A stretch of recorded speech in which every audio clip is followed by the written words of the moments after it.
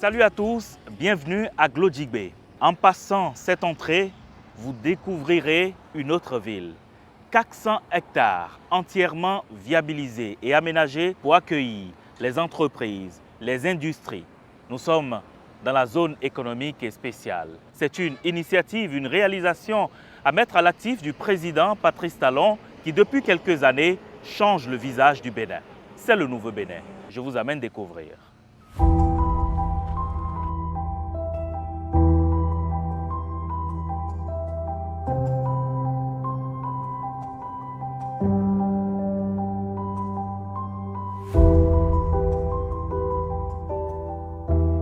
Je vous le disais, bienvenue donc à la zone économique et spéciale. Et sur cette zone, vous découvrez donc juste avec moi la caserne des sapeurs-pompiers. On est bien tenté de se demander ce que fait une caserne des sapeurs-pompiers dans une zone économique et spéciale. Nous allons en avoir sans doute la réponse dans un instant avec le directeur général donc de la société, la CPI, qui se charge donc de la gestion de ce site.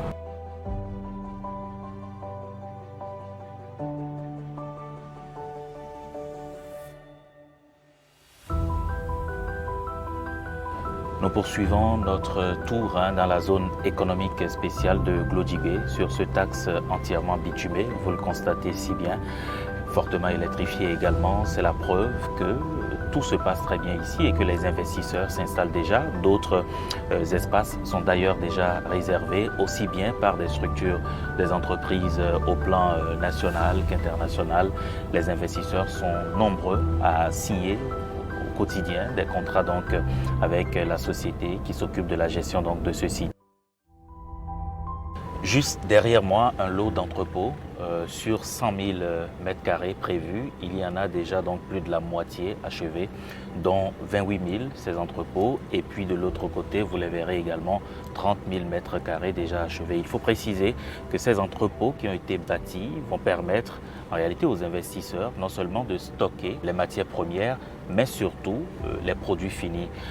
Les investisseurs n'auront donc plus à sortir de cette zone pour pouvoir avoir de la matière première et stocker donc leurs produits finis. Tout se déroule ici dans la zone économique et spéciale.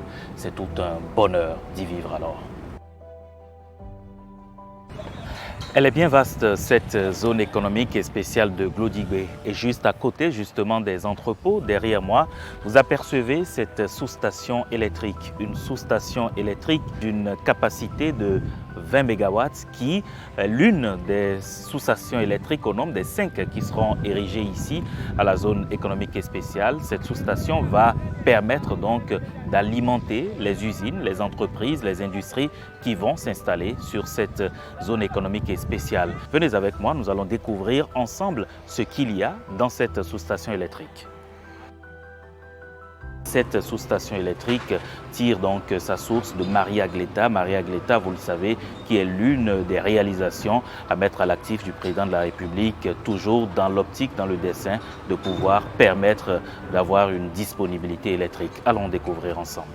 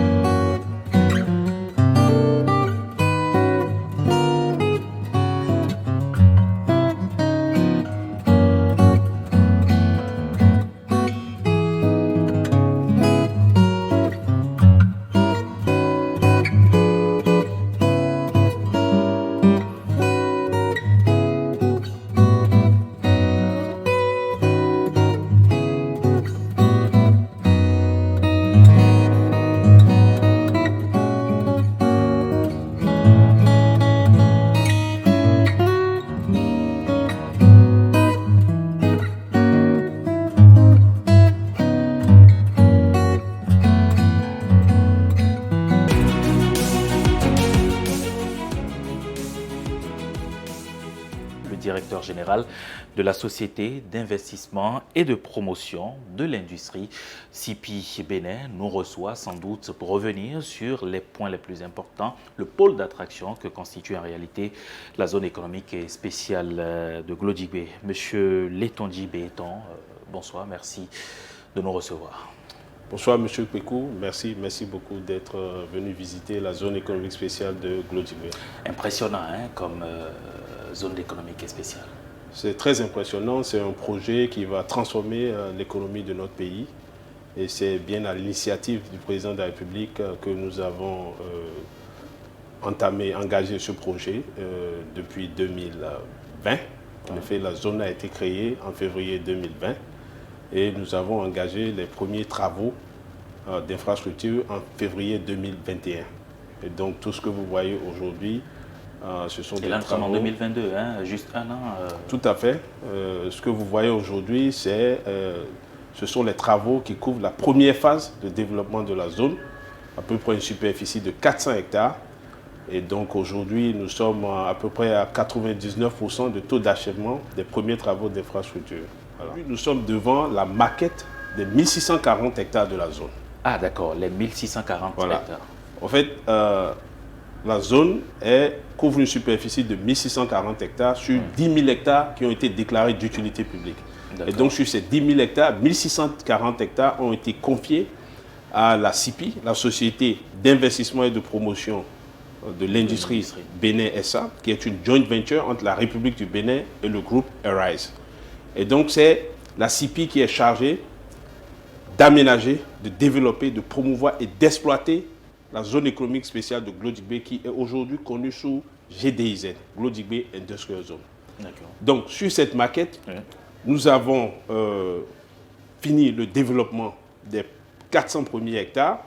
Et donc, vous avez dans ces 400 hectares une première zone qui est la zone commerciale. Et c'est la zone commerciale couvre à peu près une superficie de 20 hectares. D'accord. Et donc, dans cette zone qui commence à partir d'ici et qui vient ici, c'est-à-dire le portique, l'entrée principale. D'accord. Donc, dans cette zone, vous avez tout ce qui est service de soutien et de support aux investisseurs de la zone. Donc, ici, vous avez les banques, les assurances, les restaurants, les hôtels, et tout ce qui peut concourir à soutenir, à supporter les activités des industriels de la zone. Outre la zone commerciale, nous avons la zone industrielle qui commence à partir d'ici et qui couvre l'entièreté de la zone. C'est-à-dire que dans cette zone, vous avez différents types de parcelles. Par exemple, à votre gauche ici, vous avez des parcelles qui sont en hectares. Ici, à votre droite, vous avez des parcelles qui sont entre 1000 et 5000 mètres carrés. D'accord. Et donc, de part et d'autre, vous avez des investisseurs qui ont déjà signé des contrats de réservation avec nous, avec la CIPI, pour installer leurs unités de production. Il y a divers types d'investisseurs dans la zone. Il y en a qui vont être dans des secteurs d'activité tels que la fabrication de produits pharmaceutiques. Nous avons d'autres qui seront dans la transformation des produits agricoles, notamment le coton, les noix de cajou, le karité, le soja, etc. Qu'en est-il alors de l'électrification et puis surtout de l'approvisionnement en eau sur le site? Alors, vous savez que l'une des raisons pour lesquelles beaucoup d'investisseurs ne viennent pas en Afrique, c'est parce que nous avons des problèmes d'infrastructure. Quand je parle de problèmes d'infrastructure, il s'agit d'infrastructures énergétiques, des problèmes d'infrastructure d'eau, d'infrastructures liées à la fibre optique. Bien sûr. Alors, vous savez, cette zone, c'est un partenariat entre la République du Bénin et le groupe Arise, c'est-à-dire la CIPI. Alors, le gouvernement, en réalisant cette zone avec Arise, a dit, voilà, moi je m'engage en tant que gouvernement à amener l'eau, l'énergie, la fibre optique au droit de la zone. Et ces engagements ont été respectés par le gouvernement de la République du Bénin. Donc aujourd'hui, nous avons de l'eau, nous avons de l'énergie, nous avons la fibre optique qui sont déjà disponibles à l'intérieur de la zone, en quantité et en qualité. D'accord. Quelles sont les conditions pour s'installer sur cette zone? Alors, pour s'installer dans cette zone, il faut bien évidemment que vous ayez un projet industriel. Ensuite, vous vous rapprochez de la CIPI. La CIPI étudie votre projet. Et après avoir étudié votre projet, ensemble, la CIPI et l'investisseur décident de la superficie à louer au projet en question. Et donc, quand cette décision est prise, la CIPI signe un contrat de réservation de parcelles avec l'investisseur. Et donc, cet investisseur a à peu près 4 à 6 mois pour obtenir ce que nous appelons l'agrément d'admission à la zone. Aujourd'hui, avec le gouvernement, nous avons travaillé, notamment avec la pièce, pour faciliter la délivrance de cet agrément dans un délai assez rapide. D'accord. Mais rassurez-nous que les investisseurs au plan national également pourront obtenir les mêmes facilités que les investisseurs au plan international. Bien sûr, nous ne faisons pas de discrimination en ce qui concerne les investisseurs. Vous n'avez pas remarqué dans mon langage, depuis que je parle, que j'ai parlé d'investisseurs étrangers ou d'investisseurs. Non. La zone est réservée à tous les investisseurs. Bien évidemment, nous voulons qu'il y ait beaucoup d'investisseurs locaux, c'est-à-dire béninois, à l'intérieur de la zone, ce qui est d'ailleurs le cas. C'est-à-dire qu'aujourd'hui, je crois qu'à peu près 50% des investisseurs qui sont dans la zone sont des investisseurs béninois. D'accord. Rassurez-nous qu'il y a encore de la place pour d'autres investisseurs? Non. À l'heure où je vous parle, vous savez, la zone, c'est une zone de 1640 hectares. Nous avons fini le développement des premiers 400 hectares. Ces premiers 400 hectares sont déjà réservés à 99%. Donc, c'est pour vous dire que la zone suscite beaucoup d'enthousiasme, beaucoup d'engouement. Et donc, en moins de 6 mois, nous avons signé avec 32 investisseurs. Donc, qui ont réservé la totalité de la zone. Ce qui nous conduit à engager le développement de la phase 2 de la zone, c'est-à-dire les 1240 hectares restants. Et donc, normalement, dans le plan initial, on avait prévu développer les premiers 400 hectares en 3 ans. Et aujourd'hui, avec l'enthousiasme et l'engouement que génère la zone, nous sommes conduits à vite développer les 1240 hectares restants que le gouvernement nous a déjà mis à disposition. Et donc aujourd'hui, il y a les travaux d'état des lieux avec l'IGN et également toutes les dispositions administratives à prendre pour effectivement libérer la zone. Peut-être une dernière question, M. Béton, avant la fin de cet entretien. Dans le tour tout à l'heure, on a remarqué que sur le site, il y a une forêt sacrée de 4 hectares environ. Qu'est-ce que vous allez en faire? Non, la forêt sacrée, nous l'avons préservée. C'est-à-dire que, vous savez, quand vous venez quelque part, vous ne pouvez pas déranger les habitudes des gens. Nous sommes dans un pays où il y a un certain nombre de pratiques que, en tant que groupe, nous avons décidé de respecter. Et donc, cette forêt sacrée, nous avons aménagé tout autour, nous avons préservé cette forêt. D'accord, nous allons conclure cet entretien, M. Béton. Peut-être une adresse à l'endroit de tous les investisseurs, de toutes les Béninoises et tous les Béninois qui vous regardent. Alors, je tiens à vous remercier d'abord et à dire à tous les investisseurs, à nos compatriotes, que ce projet est un projet qui va transformer notre économie. C'est un projet qui va changer le paradigme économique de notre pays.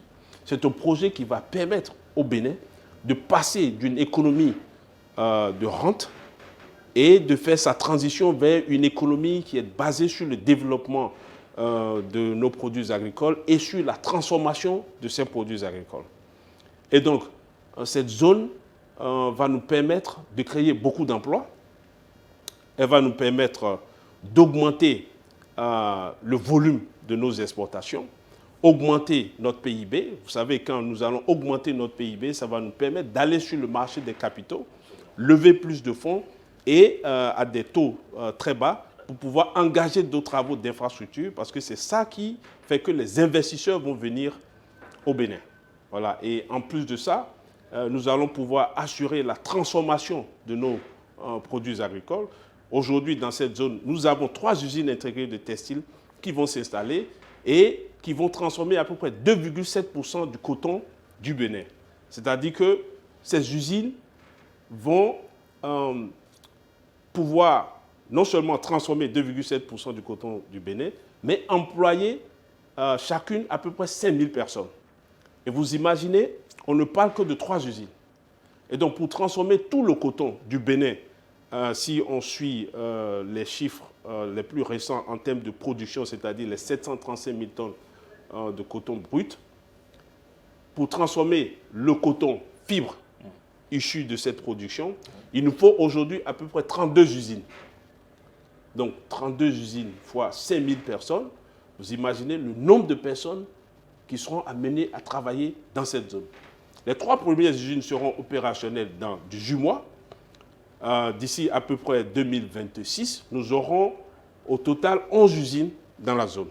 Et d'ici 2030, je pense que nous allons pouvoir atteindre les 32 usines. Voilà. Donc, en plus de ça, il faut aussi ajouter les usines de transformation de noix de cajou. Nous avons à peu près 8 usines de transformation de noix de cajou qui vont s'installer dans la zone d'ici les 12 prochains mois. 2 usines qui vont transformer à peu près chacune 32 000 tonnes de noix de cajou et 6 autres usines qui vont transformer à peu près 16 000 tonnes de noix de cajou chacune. Donc, au total, nous allons transformer dans cette zone d'ici 1 an à 2 ans à peu près 160 000 tonnes de noix de cajou. Donc, ça veut dire qu'il y aura beaucoup d'emplois. Et donc, la vocation de cette zone, c'est non seulement de créer de l'emploi, de créer beaucoup de richesses et de globalement transformer notre économie. Monsieur Béton, merci vraiment de nous avoir accueillis chez vous. Merci, monsieur. Merci beaucoup. Je vous remercie.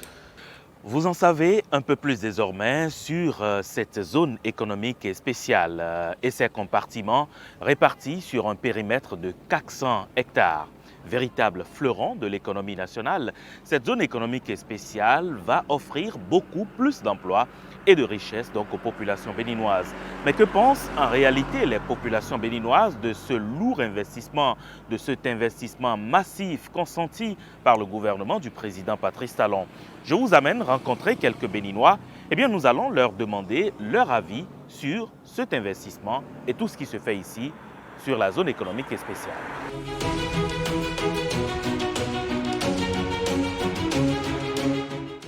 C'est une bonne initiative de la part du chef de l'État, voilà, qui pense déjà à sa jeunesse, parce que nous parlons de développement, il faut parler de développement et il faut parler de développement durable.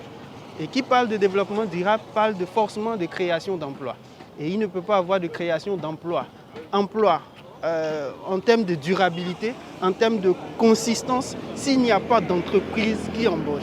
Et donc cette vision dans laquelle le chef de l'État se lance en créant des emplois, en mettant en place ce projet qui abrite pas mal un certain nombre d'industries, c'est une aubaine pour la jeunesse béninoise. C'est une aubaine et moi franchement, je suis très ému, je suis très heureux que de telles infrastructures soient implantées en République du Bénin. Vous savez, dans la sous-région, il y a beaucoup de pays qui ont ce genre d'infrastructures. Mais quand vous arrivez chez nous au Bénin, c'est difficile de constater qu'il y a des projets de cette envergure. Et donc c'est avec la vision du chef de l'État que ce genre de projet est en train d'être concrétisé. Nous, Béninois, tout ce qu'on peut dire, c'est notre satisfaction et déjà lui dire qu'il a l'appui du peuple béninois et que les forces ne vont pas lui manquer pour que ce projet aille à son terme. Ça m'a donné une joie au cœur. Parce que, bon, voir ce qu'on trouve aujourd'hui avec les jeunes diplômés sans emploi, par rapport à ça, les jeunes auront de quoi faire. Les diplômés sans emploi trouveront à faire. Bon courage à lui et que Dieu le guide. Pour tout ce qu'il entreprend pour le Bénin, que Dieu le guide plus. Je le félicite.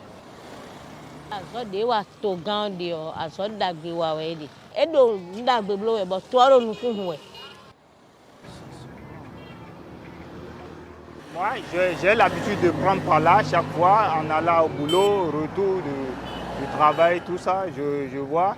Mais je vois que je passe seulement. Mais à voir l'aspect de la zone économique, c'est un lieu qui va générer plusieurs emplois. Même actuellement, au niveau de la construction, je vois que les emplois que le gouvernement est en train de générer là, vraiment, c'est une masse. Avec le démarrage des différentes constructions, on voit l'ampleur du projet et ce que ça peut véritablement apporter en termes d'emploi à la jeunesse de notre pays. Et de plus aussi, il faut noter que c'est un espace qui va véritablement révolutionner la zone de Glodjibé. C'est dans son ensemble. Et c'est un véritable outil de développement économique. Des centaines d'entreprises sont attendues ici, dans différents types d'industries, à la zone économique spéciale de Glodjibé.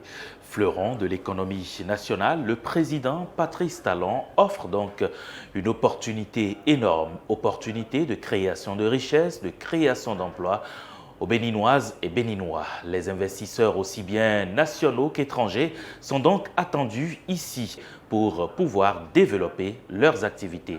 Le Nouveau Bénin était au cœur donc de la zone économique spéciale. Rendez-vous au 2e numéro, ce sera pour très bientôt. Au revoir.